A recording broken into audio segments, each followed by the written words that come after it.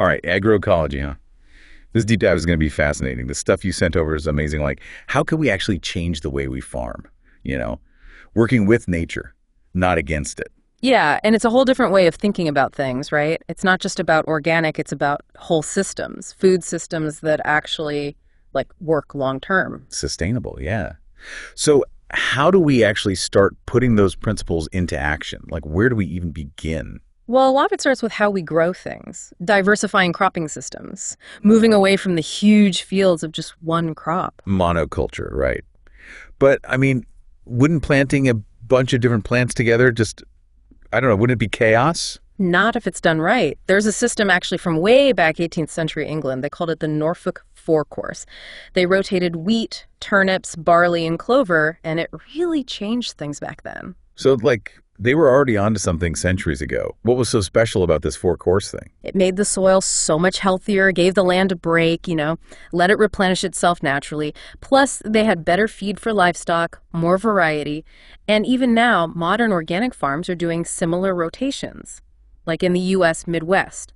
Proof that sometimes the old ways still work.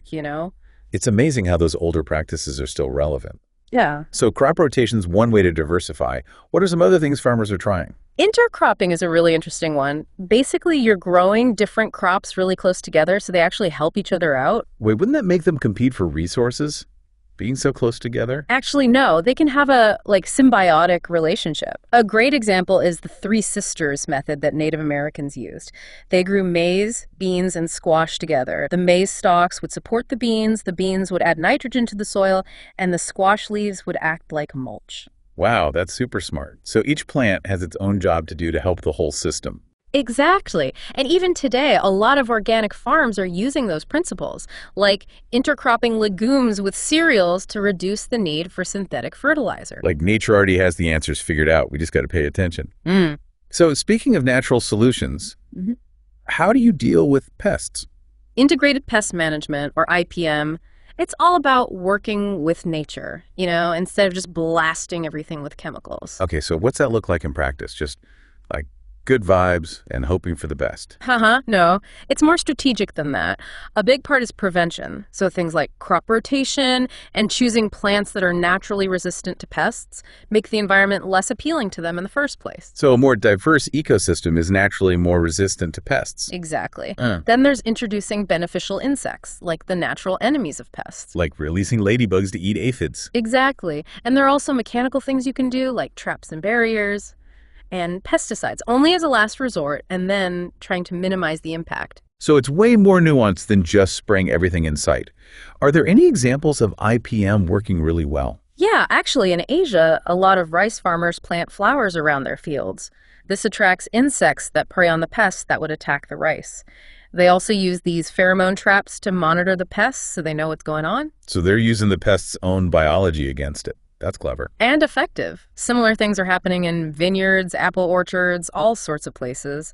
Finding ways to keep those pests in check without destroying the environment. It's fascinating. Okay, gotta ask, what about soil health? Seems like that's pretty important, right? It's the foundation. A healthy farm needs healthy soil. In agroecology, you focus on building up organic matter in the soil and promoting natural nutrient cycling. Think of how forest works, right? Leaves fall, they decompose, and that feeds the soil. So we're copying those natural processes. Exactly. Practices like composting, using green manures, those are cover crops, specifically grown to enrich the soil. It all builds healthy soil. So instead of relying on chemical fertilizers, we're creating a fertile environment naturally. Yeah. Any good examples? Lots of organic farms use compost, made from leftover crops and animal manure. It's a natural fertilizer.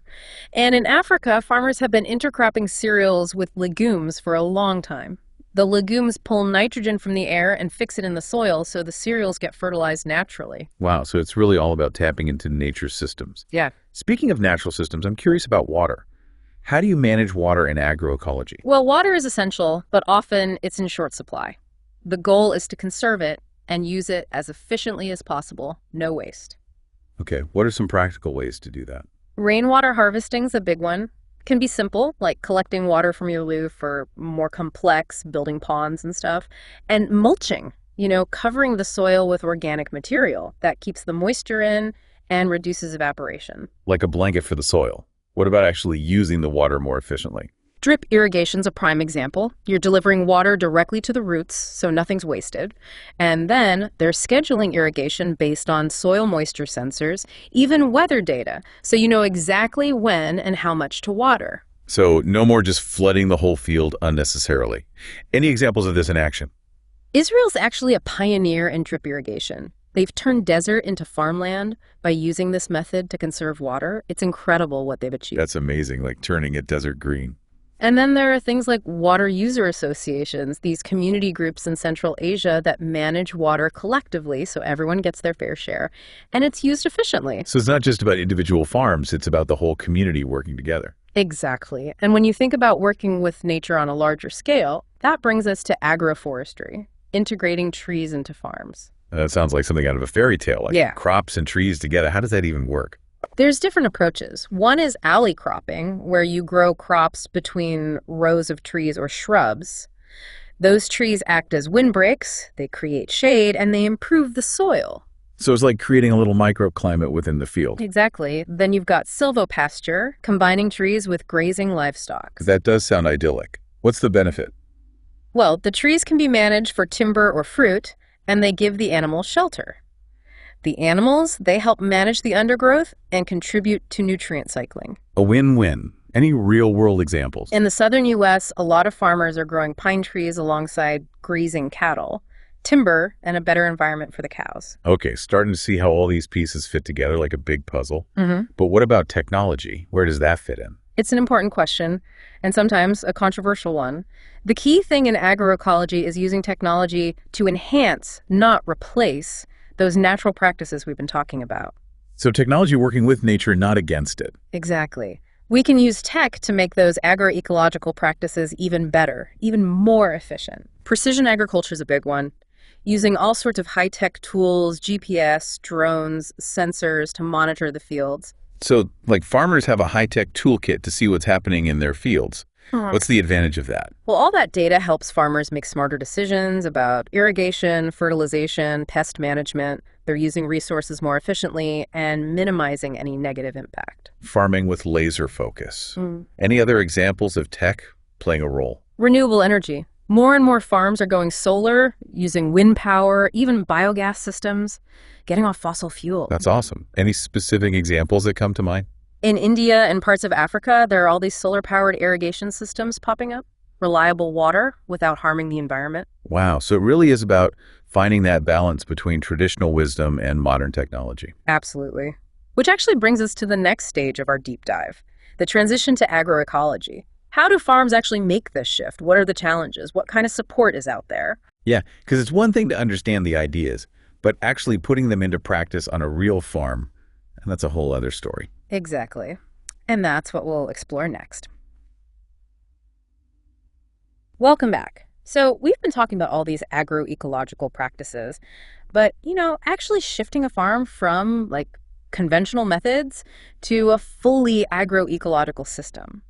That's a big step. It is, yeah. Like, intellectually, I get it. But actually doing it on a real farm with all the, real-world challenges. It's a whole different ballgame, right? I mean, the first thing is you got to change how you think about the farm itself. It's not just a factory. It's an ecosystem. So you're not just swapping out a few techniques. You're changing your whole philosophy of farming. Exactly. And there are different frameworks you can use to guide that transition, but most of them emphasize a really holistic view. You got to think about the ecology, the economics, even the social side of things. Okay, so big picture thinking. But practically, where do you even start? A good first step is to kind of take stock of where you are. Assess your current system. What's working well? What are your biggest challenges? What resources do you have? What are your goals? So taking inventory before you start making changes. Yeah, exactly. Once you have a clear picture of where you're starting from, you can start making a plan, how to incorporate those agroecological practices gradually. So no need to rip everything up and start over? No. It's more about taking small steps gradually. Maybe you start with cover crops or you change up your crop rotation. Maybe you integrate a few livestock. And as you gain experience, you can get more complex. So it's a journey, not a sprint. Yeah. But I'm guessing there are going to be some challenges along the way. Of course, yeah. Anytime you change a system, there are going to be bumps in the road. Some farmers see their yields drop initially as the ecosystem adjusts. Some struggle to find markets for their, agroecologically produced food. Right, because consumers might not be used to it, or the existing distribution networks might not work for smaller farms. Exactly. And there can be financial hurdles too. Sometimes new practices require, an upfront investment, and the returns might take time. It's not always easy being a pioneer. Yeah. So what kind of support is out there for farmers who are, trying to make this shift? Well, thankfully, there are more and more organizations that are dedicated to helping farmers make this transition. They offer training, guidance, helping farmers learn those new skills and figure out how to adapt practices to their specific situation. Like having a mentor, someone to guide you. Exactly. And in some places, there are financial incentives too, subsidies, grants, low interest loans, specifically for farmers adopting sustainable practices. That can make a huge difference, yeah, especially in the beginning. What about market access? We talked about consumers maybe not being familiar with agroecological products. Yeah. How do farmers get over that hurdle? It's about creating new markets. Farmers are being really creative, starting farmers markets, building direct relationships with consumers, setting up certification programs so consumers can identify sustainable products. So cutting out the middleman and going straight to the people who want this kind of food. Right. And educating consumers is a big part of it, too. The more people understand the benefits of agroecology, the more demand there will be for these products. Yeah, it's about shifting the whole market towards a more sustainable system. What about infrastructure? Does that play a role? Big time. A lack of infrastructure can be a real barrier. Think about processing facilities or distribution networks that are set up to handle these kinds of products. So it's not enough to just grow the food sustainably, you need the whole system to support it. Exactly. But the good news is there's progress happening here too. People are creating community-owned processing facilities, cooperative marketing platforms, specifically for agroecologically produced food. So the movement is fostering its own solutions. It's not just about individual farms, it's about community. It is. And another crucial element of this transition is knowledge. It's not just about learning techniques, it's about deepening your understanding of those ecological principles. So it's not just following a recipe, it's understanding the why. Exactly. And there are many ways to build that knowledge. Farmers are doing on-farm experiments, trying things out, seeing what works. Learning by doing, adapting those practices to their own environment. Yeah. And there's a lot of farmer-to-farmer exchange, too. Sharing successes, failures, tips. It's like a network of shared wisdom. Passing down knowledge through generations. Exactly. And then there are researchers, agricultural advisors. They can help bridge the gap between, the science and the practical application on the farm. So it's a collaboration between farmers, researchers, and advisors. Any good examples of this in action? Yeah, actually. Participatory research is becoming more and more common. Farmers are actively involved in the research process, bringing their knowledge and experience to the table. Makes sense. They're the ones out there every day dealing with the realities of farming. Absolutely. And we're seeing more agroecology schools, training programs. People are investing in the future of farming. It's great to see this movement growing. But knowledge is just one piece of the puzzle. We also need policies, regulations that support this shift. Absolutely. Policies can either help or hurt this transition, and that's what we'll dive into next. All right, so we talked about the practices, the transition. Now let's talk policy. What role does policy play in making agroecology happen? Oh, it's huge. I mean, policy can be a major obstacle, or it can be the thing that really drives change. It's all about incentives, right? Mm-hmm. Making sure the system is actually rewarding the kind of agriculture we want to see. So where can policy make the biggest difference? What are some key areas? Well, one big one is subsidies. For a long time, in a lot of countries, farm subsidies have favored industrial agriculture, the big guys, often at the expense of the smaller farms that are trying to do things differently. If we redirect those subsidies to incentivize sustainable practices, that could be a game changer. So rewarding farmers for things like improving soil health, using less water, creating habitat for beneficial insects. Exactly. And providing support, financial support, to help farms make that transition to agroecology, especially in the beginning when it can be tough, Right, because it's an investment, and farmers can't always afford to take those risks, especially if they're not seeing an immediate return. What about market access? We talked about how sometimes consumers aren't really familiar with agroecological products. Can policy help with that? Definitely. We need policies that promote fair trade and open up markets for these products, like clear labeling standards so consumers know what they're buying, or public procurement programs that prioritize local food, investing in infrastructure that supports, shorter supply chains, more regional food systems. So making sure that sustainable farming is not just possible, but actually profitable. Exactly. We need the economics to line up with the ecological and social goals. And there are some good examples out there. The European Union's Common Agricultural Policy, or CAP, is a big one. The CAP, yeah. Yeah. It's a huge policy. It affects so much of European agriculture. How is it changing to support agroecology? Well, it's been around for a long time, and it's definitely been criticized in the past for supporting intensive farming practices that weren't so good for the environment. But there's been a real shift in recent years towards incorporating sustainability into the CAP. So the EU is starting to recognize that a different approach is needed. Yeah, and now a significant portion of CAP payments are linked to environmental practices. Things like protecting grasslands, diversifying crops, setting aside land for ecological restoration. So farmers are actually rewarded for doing those things. Yeah, and the CAP also has specific support for organic farming, recognizing that it helps the environment and biodiversity. So it sounds like the CIP is moving in the right direction. Is it enough, though? Well, there are definitely people who say it needs to go further, faster, that it still supports too much industrial scale agriculture. It's an ongoing debate. Always room for improvement, right? Yeah. But it is encouraging to see these changes happening. Are there other regions that are really leading the way on agroecology policy? Oh, yeah. Latin America is really interesting. A lot of countries there have been at the forefront of integrating agroecology into their laws, like actual laws specifically designed to promote it. Laws about agroecology. That's incredible. What are some examples? Well, Brazil has a national policy for agroecology and organic production. It provides a lot of support to farmers, and it's really led to a big increase in organic food production in Brazil. That's amazing. A model for other countries to follow. Any other standouts? Ecuador has a whole organic agriculture law. It focuses on things like certification, market access, education. And in Mexico, agroecology is actually written into their law for sustainable rural development. They recognize the importance of traditional knowledge, and they support initiatives to conserve biodiversity. It's so inspiring to see these concrete examples of policies supporting agroecology.